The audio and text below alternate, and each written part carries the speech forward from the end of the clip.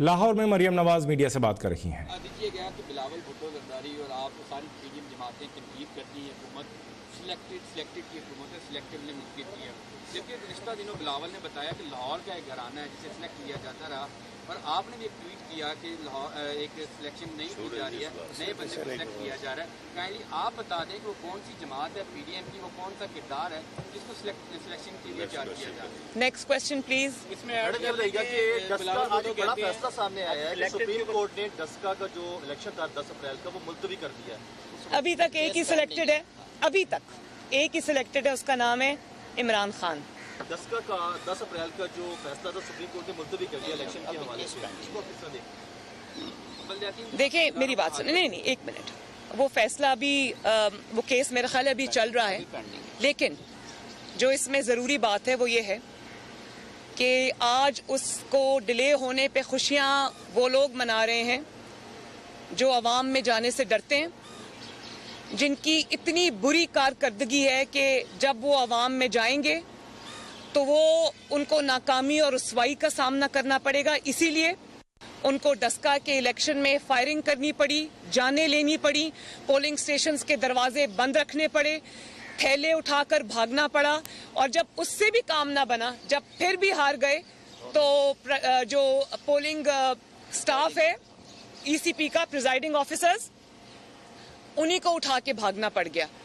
तो सिलेक्टेड तो सिलेक्ट होता है और उसको सिलेक्ट होने की आदत है।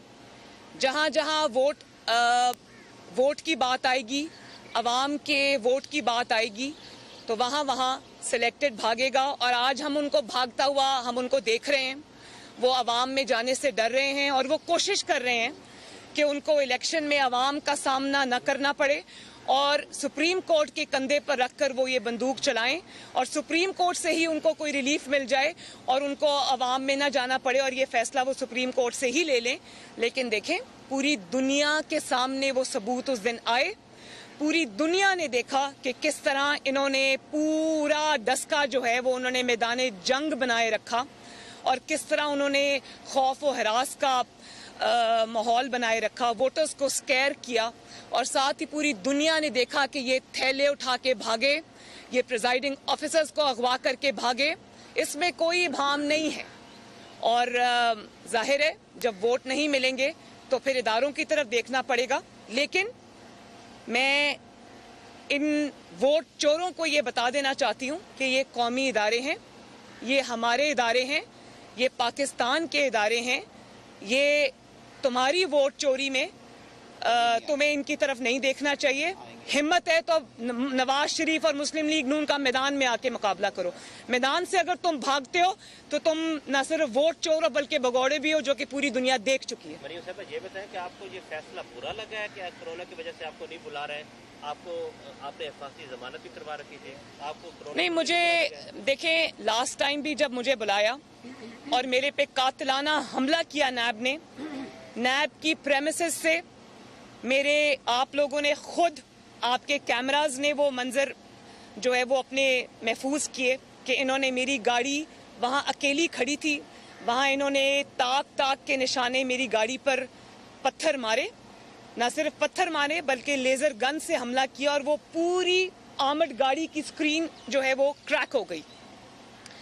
तो मैं तो उसके बाद भी, पत्थर खाने के बाद, कातिलाना हमला बर्दाश्त करने के बाद, बेखौफ होकर अल्लाह ताला के फजल करम से मैं फिर गाड़ी मोड़कर नैब के दरवाजे के आगे आकर खड़ी हो गई और पूरा घंटा वहाँ खड़ी रही और मैंने कहा दरवाज़ा खोलो, और अब मुझसे जवाब अगर मांगा है किसी झूठे इल्ज़ाम पे तो जवाब लो। फाइल मेरे हाथ में थी। इन्होंने नैब के अंदर से जिस तरह आज पसपाई इख्तियार की है, इसी तरह तब भी उन्होंने मुझे अंदर से मैसेजेस भेजे कि बीबी प्लीज़ आप चली जाएं, हम आपको फिर किसी और दिन बुलाएंगे। मैंने कहा मैं तो नहीं जा रही, मैं यहीं खड़ी हूँ, जवाब लो मुझसे। आपको याद होगा कि मैंने वहाँ खड़े होकर मीडिया से भी बात की। मैं नहीं, जब तक इन्होंने राइटिंग में इशू नहीं किया कि आज की जो पेशी है वो कैंसल्ड है और हम आपको दोबारा बुलाएंगे, तो 1.5 साल तक फिर वो सोए रहे। बड़ा उनको मेरे पे रहम आया कि बीबी की पॉलिटिकल इंगेजमेंट्स हैं, पीडीएम की पॉलिटिकल इंगेजमेंट्स हैं, तो हम उनको डिस्टर्ब ना करें। 1.5 साल सोते रहे और अचानक जब लॉन्ग मार्च करीब आया तो उनको याद आ गया कि मरियम नवाज के ऊपर भी कोई इन्वेस्टिगेशन चल रही थी। मैडम ये बताइएगा कि सोशल मीडिया पे ट्रेंड चल रहा है आज नून लीग के हवाले से कि नून लीग जो है वो जजेस को गालियां दे रही है, ऐसे कुछ देखिए आप बहुत ज़्यादा सोशल मीडिया पे ट्रेंड चल रहा है कि नून लीग जो है नहीं, ट्रेंड की मैं लेकिन ट्रेंड की बात नहीं मैं करूंगी। अगर किसी का इस सिलसिले में कोई बयान है तो वो मेरे सामने लाएं। ट्रेंड चलाने वाले सोशल मीडिया के ऊपर वो जिनके ना नाम होते हैं ना चेहरे होते हैं, मैं उसके ऊपर कोई कमेंट नहीं करना चाहती। और कोई क्वेश्चन है जी? अपोजिशन के आप लोग का अपोजिशन लीडर जी एक मिनट। हाँ भाई, वो सियासी जमात है, अपने सियासी मुलाकातें करते हैं और अगर आप बार बार एक पार्टी का या एक शख्स का नाम लेकर आप अगर वो चीज़ मुझसे सुनना चाहते हैं जो मैं नहीं कहना चाहती, तो मेरा ख्याल है कि आपको ये पता होना चाहिए कि मैं अपने अहदाफ को, अपने हदफ को अच्छी तरह पहचानती हूँ। मैंने किस वक्त क्या बात करनी है वो मैं करूँगी। मैं आपके सवाल का जवाब जो है वो बस यही दूंगी कि मेरा बिलावल भुट्टो साहब से एक बड़ा अच्छा ताल्लुक है और सियासत में उतार चढ़ाव आते रहते हैं और जो सियासी उतार चढ़ाव हैं उनको बयानात की नज़र नहीं होना चाहिए। मैं कल भी ये कहा था कि मैं नवाज शरीफ की बेटी हूँ, मैं ताल्लुकात को, सियासी ताल्लुकात को निभाना जानती हूँ और मैं निभाऊंगी इंशाल्लाह। ये बताइए कि आप अपोजिशन लीडर के हवाले से जो सेनेट में मुताबिक पीडीएम में लड़ाई हो गई है, कहा जा रहा है कि सियासी जो उतार चढ़ाव जिक्र किया, कहा जा रहा है कि पीडीएम में लड़ाई हो गई। क्या वाकई लड़ाई हो गई है पीडीएम में? नहीं, एक मिनट, पीडीएम में कोई लड़ाई नहीं हुई। मैंने आपको पहले भी बताया कि हर किसी का एक अपना मौक़िफ़ हो सकता है सियासी, उसको उसमें उतार चढ़ाव भी आता है, लेकिन उसको आप लड़ाई नहीं कह सकते और उसको हम मिल बैठ के हल करेंगे। इतनी ज़्यादा टेंशन लेने की ज़रूरत नहीं है। लेकिन उसके बावजूद जिस तरह पीडीएम में शामिल तमाम जमातों ने कल मुझसे इजहार यकजहती किया और मेरे साथ शामिल हो रहे थे, वो बहुत दूर दूर से मुल्क के सारे हिस्सों से वो तशरीफ़ लाए मेरे साथ कल इजहार यकजहती करने के लिए। तो लड़ाइयों में तो ऐसा नहीं होता, ऐसा तो सुलह सफाई में होता है, मिल के काम करने में होता है और मैं इत्तेहाद में होता है। तो मैं ये अब कोशिश कर रही हूँ कि वो सब क्योंकि इधर उधर से तशरीफ़ लाए हैं, उन्होंने एक एफ़र्ट की है, तो अब क्योंकि कल नैब ने भी यू टर्न ले लिया है, दौड़ गए, तो मैं अब ये कहूँगी कि वो सब मेरे पास कल तशरीफ़ लाएं। मैं उनको होस्ट करना चाहती हूँ, उनका पर्सनली शुक्रिया भी अदा करना चाहती हूँ। Last question.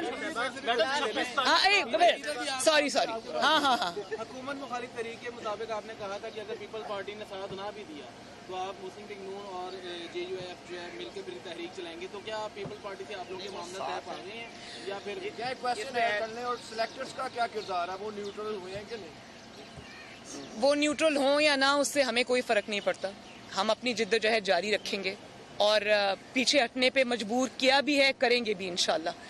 और जहां तक आपका सवाल है, उसमें बहुत जल्द पीडीएम का सरबराही इजलास बुलाया जाएगा और उसमें तमाम जमातें शामिल होंगी और आगे का लाहे अमल मुतफ़िका तौर पे हम उसमें तय करेंगे। आपका आखिरी क्वेश्चन क्या था? ये बताएं कि सेनेट में अपोजिशन लीडर के ऊपर पीपल्स पार्टी ने विड्रॉ कर लिया यूसुफ रजा गिलानी के ऊपर, या आप लोग भी अपना वोट मांग रहे हो पीपल्स पार्टी में अपना वोट मांग रहे हो? नहीं, मुझे नहीं पता कि वो क्या उन्होंने, अच्छा टाइम गुजर गया, ओके, मुझे नहीं पता कि उनका अपना लाए अमल क्या है, लेकिन मैं तो एक असूली बात की है।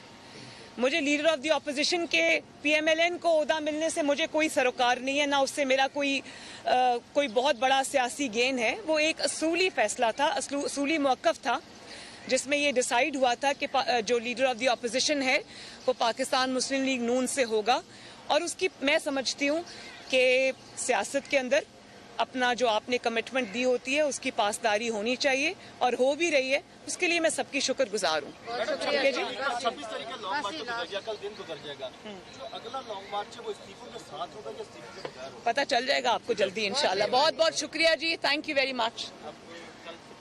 नायब सदर मुस्लिम लीग नून मरियम नवाज मीडिया से बात कर रही थी। उनका कहना था पीडीएम में कोई लड़ाई नहीं है, सियासत में उतार चढ़ाव आते रहते हैं, बयानात की नज़र नहीं होना चाहिए।